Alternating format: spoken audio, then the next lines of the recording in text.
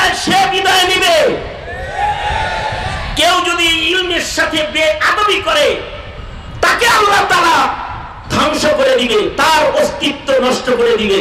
কিন্তু ইলমের অস্তিত্ব ঠিক রাখবেন কে? জোরে আওয়াজ করে বলে। এই কারণেই 16 বছর আওয়ামী লীগ ইলমের উপর অত্যাচার করেছে, আলেমদের উপর, আহলুল ইলমের উপরে অত্যাচার করেছে বিধায় আওয়ামী লীগকে বিদায় করেছে কে? একটা ইউনিয়নের সেক্রেটারি সভাপতির জ্বালায় ইলমের আলোচনাও মুশকিল ছিল, কোরআনের কথা মুশকিল ছিল, এতটা অত্যাচার।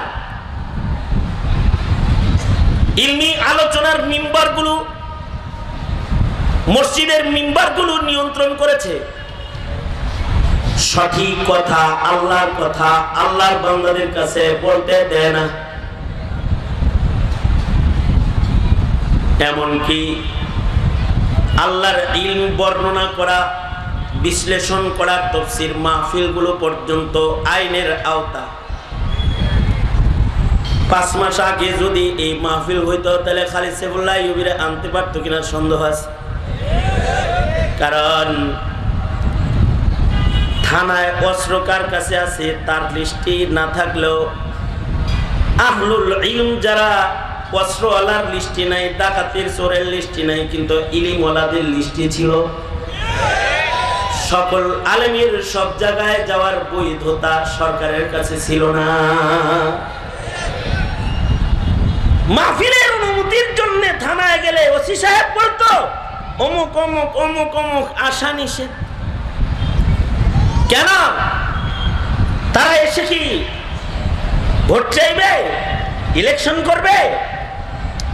তারা এসে জাতির কাছে হালাল আর হারামের কথা বলবে, জায়েজ আর নাজায়েজের কথা বলবে, ইসলাম আর অনিসলামিক কার্যকলাপের বিশ্লেষণ করে জাতিকে ইসলামের পথে পথ দেখাবে।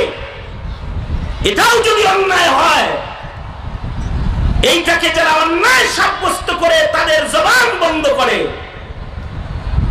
তাদেরকে বন্ধ করার জিম্মা তো আল্লাহ নিবেনি। আল্লাহু আকবার জোরে বলেন।